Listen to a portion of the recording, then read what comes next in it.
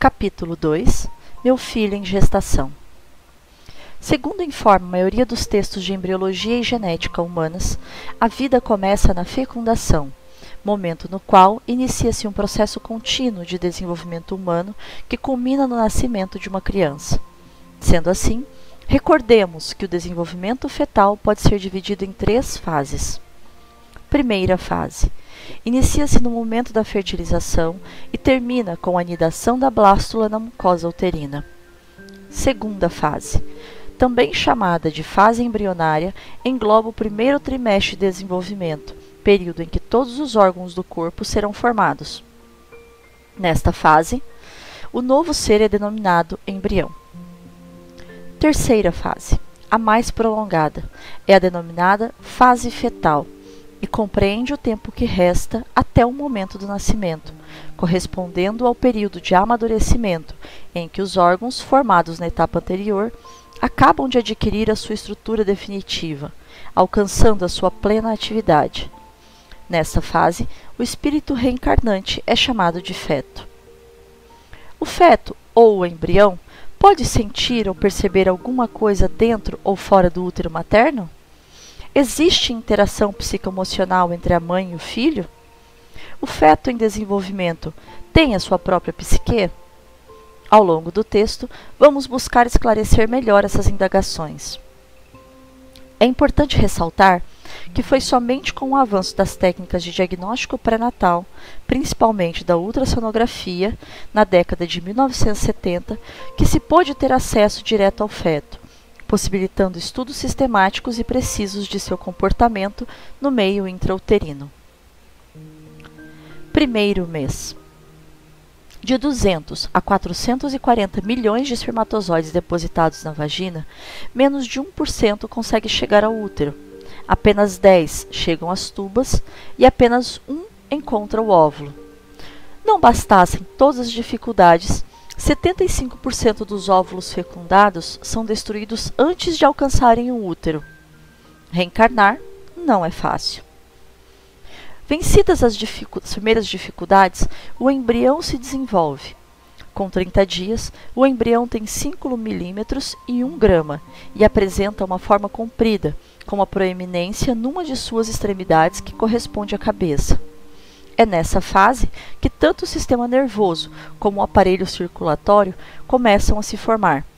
O coração começa igualmente a bater, mesmo que de forma descompassada. O sistema nervoso começa a se formar no 18º dia, quando também se formam os rudimentos dos olhos. Segundo mês. No final da 8ª semana de gestação, o embrião tem um aspecto mais humano, e é nesse período que ocorre a formação de todos os órgãos e sistemas.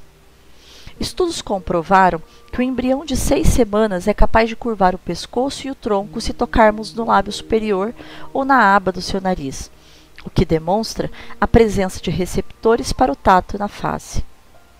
Na 8ª semana, ele mexe sem esforço a cabeça, os braços e o dorso e utiliza esses movimentos como linguagem gestual primitiva, exprimindo seus gostos e suas aversões por meio de tremores e pontapés, que não deixam de subsistir nenhuma ambiguidade. As papilas gustativas aparecem com 7 semanas de gravidez e amadurecem aos 100 dias. Ao longo desse mês, é possível distinguir os orifícios da boca e do nariz, na cabeça, assim como os botões dos ouvidos e dos olhos. Nos lados do tronco vão crescendo os membros e desenvolvendo-se as mãos e os pés, com todos os seus dedos. Terceiro mês. Essa fase é marcada pela diferenciação da genitália, formação das orelhas e pelas primeiras manifestações de atividade corporal do bebê. O tubo digestivo começa a funcionar e os rins a produzir urina. O início da atividade olfativa ocorre por volta da 11ª semana e estará completamente funcional na 25ª. Quarto mês. Com 16 semanas, o bebê é capaz de levantar as sobrancelhas, fazer caretas, coçar a cabeça e esfregar seus olhos. De acordo com Villen, 2013, nesta idade as papilas gustativas já estão desenvolvidas e surgem as preferências de gosto. O feto faz caretas e para de engolir quando uma gota de substância amarga é colocada no líquido amniótico. As orelhas adquirem a sua localização definitiva. Os olhos, embora grandes, tal como a boca, continuam a estar muito separados, enquanto que o queixo é muito pequeno. Segundo estudiosos do assunto, o feto ouve a voz da sua mãe, já no 4º mês de gestação, e a qualidade desta comunicação pode influenciar no futuro seu desejo de comunicar-se. Uma experiência realizada pelo pesquisador Anthony De Casper demonstrou que os recém-nascidos reagiam com sinais de agrado e boa sucção quando escutavam a história lida por suas mães durante a gravidez, diferentemente de quando era lida uma história desconhecida. 5º e 6º meses.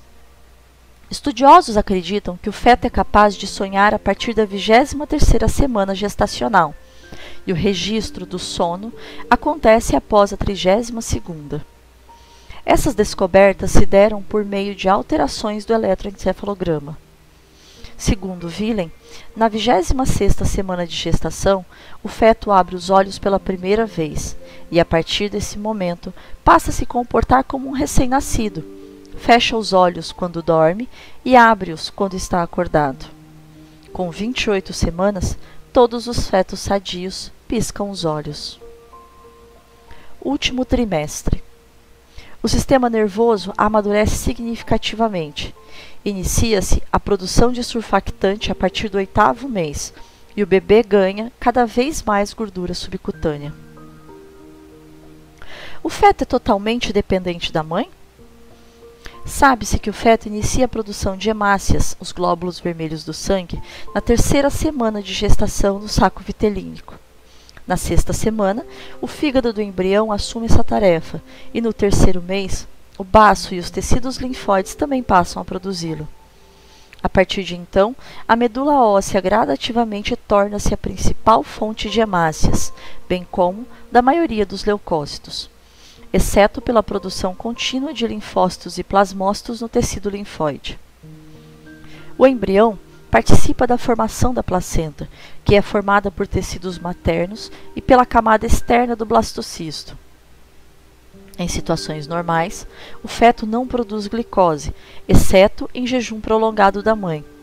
Entretanto, possui regulação hormonal autônoma com produção de insulina, glucagon, hormônio do crescimento e hormônio tiroidiano, desde o início da vida fetal. Essas são algumas das evidências de que o embrião e o feto são indivíduos, seres diferentes da mãe, portanto merecem respeito, atenção e evangelização. O feto possui psiquismo ou memória? Alessandra Piontelli, em 1995, psicanalista italiana, acompanhou a partir da 16ª semana de gravidez, durante vários meses, 11 fetos, 4 gestações gemelares e 3 singulares. Ela observou o comportamento deles pelo ultrassom, uma vez por mês até o parto, assistiu o parto das crianças e continuou o acompanhamento uma vez por semana até a criança completar 1 ano, depois espaçou para uma vez por mês até os 2 anos e continuou as visitas para avaliação de 2 a 3 semanas no ano até a criança completar 4 anos. À medida que minha experiência se desenvolvia, ficava cada vez mais impactada pela individualidade dos movimentos de cada feto, pelas suas posturas e reações preferidas. Não podia mais considerar os fetos observados por mim como não sendo pessoas, uma vez que cada um deles parecia já como sendo um indivíduo com personalidade própria, preferências e reações. Cada feto também parecia relacionar-se de formas diferentes com seu próprio ambiente e os vários componentes que faziam parte dele. Piontelli, 1995, página 23. Piontelli observou que cada feto apresentava um comportamento próprio, que se perpetuava após o nascimento. A autora assinalou o traço marcante de cada um, se era calmo, nervoso, pensativo ou se trazia, por exemplo, a característica de uma bailarina. Houve um casal de gêmeos em que no ultrassom a menina apresentava-se expansiva, buscava o contato com o irmão, mas este retraía-se e enfiava a cabeça na placenta ou tapava o rosto com suas mãos, fugindo dela. Com base nesse comportamento, a doutora previu que a menina seria agitada, nervosa, enquanto que o irmãozinho seria de temperamento retraído e acanhado. Para espanto da mãe, após o nascimento tudo se confirmou. Realmente ele era do tipo quieto e a menina mais irrequieta. Para exemplificarmos uma possível inteligência do feto, lançaremos mão de um relato de Piontelli. Uma menininha, desde o início da gravidez, se mostrava um feto muito ativo na ultrassonografia. Movimentava-se bastante, brincava com a placenta e o cordão umbilical. Uma de suas brincadeiras era manipular com os dedinhos a placenta num movimento de querer descolá-la. Essa manipulação acabou provocando um forte sangramento. A mãe correu risco de perder a bebê e foi colocada em repouso absoluto até o fim da gravidez. A menina passou a ficar absolutamente imóvel, enfiada em um canto do útero até o fim da gravidez. Ela havia aprendido que sua movimentação havia posto em risco a sua vida. Miriam Schweser, psicanalista de bebês, tem importante casuística de suas conversas com recém-nascidos que demonstram o valor terapêutico no alívio e na solução desses conflitos. Um dos casos, relatados no seu livro Palavras para Nascer, é particularmente doloroso. Numa gravidez gemelar, havia uma malformação muito grave numa das gêmeas, e como na França o aborto é legalizado, os pais optaram pelo abortamento da gêmea malformada, por meio de injeção de substância química. O feto morto permaneceu no útero até o nascimento da irmã, o que se deu por cesariana 15 dias depois. Como previra a doutora Schweser, a gêmea sobrevivente, de nome Lea, teve sérios problemas logo após o nascimento.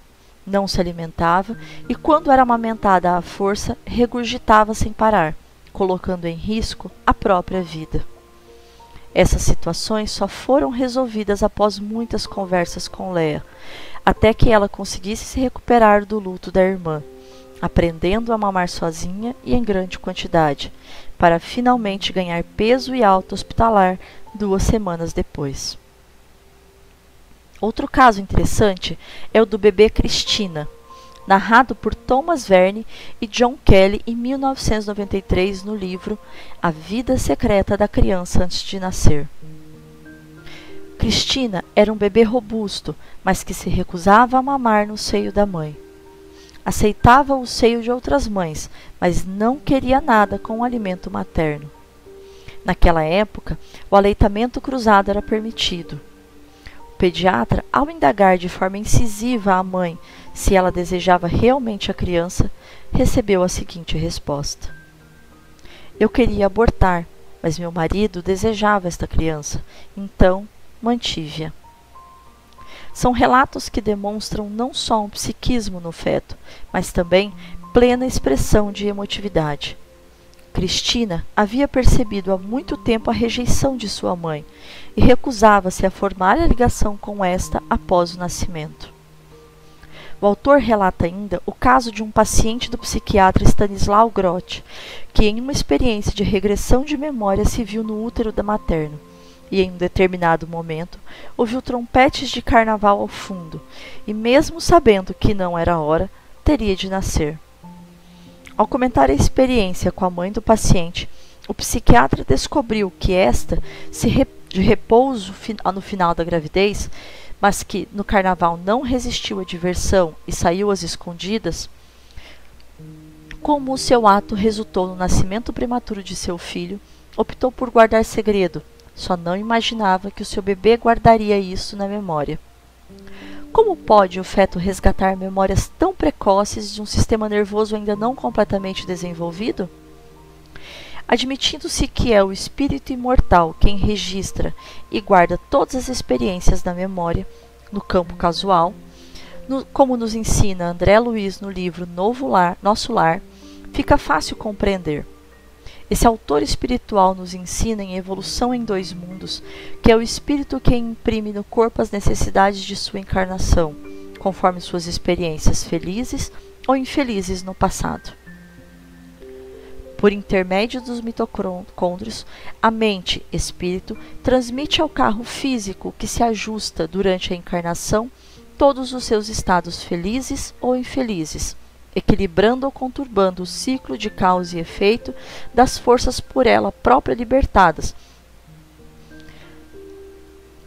nos processos endotérmicos mantenedores da biossíntese. Xavier e Vieira, 1998, página 64. A gestante e a comunicação com o bebê. O período gestacional não é fácil. Além das alterações do corpo físico, a gestante passa por um turbilhonamento emocional em que revive as experiências da própria infância e do período em que esteve no útero da própria mãe. Se foram experiências felizes, como um bom vínculo afetivo, é provável que enfrente menos desafios. Além disso, a gestação é um reencontro de almas, que podem ser grandes amigas ou virem com a proposta de se perdoarem e aprenderem a se amar. Durante a gravidez, ocorre uma interpenetração de fluidos do espírito reencarnante com a grávida. As trocas entre mãe e filho durante a gestação transcendem as trocas placentárias. Ocorre uma interpenetração de pensamentos, sensações e emoções. O desenvolvimento da futura forma de Segismundo compelia Raquel a verdadeiros sacrifícios orgânicos.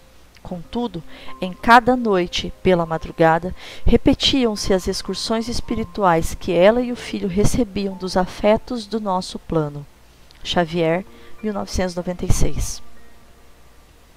O útero materno funciona como um exaustor a absorver e processar os fluidos liberados pela entidade reencarnante, como nos explica André Luiz em Entre a Terra e o Céu.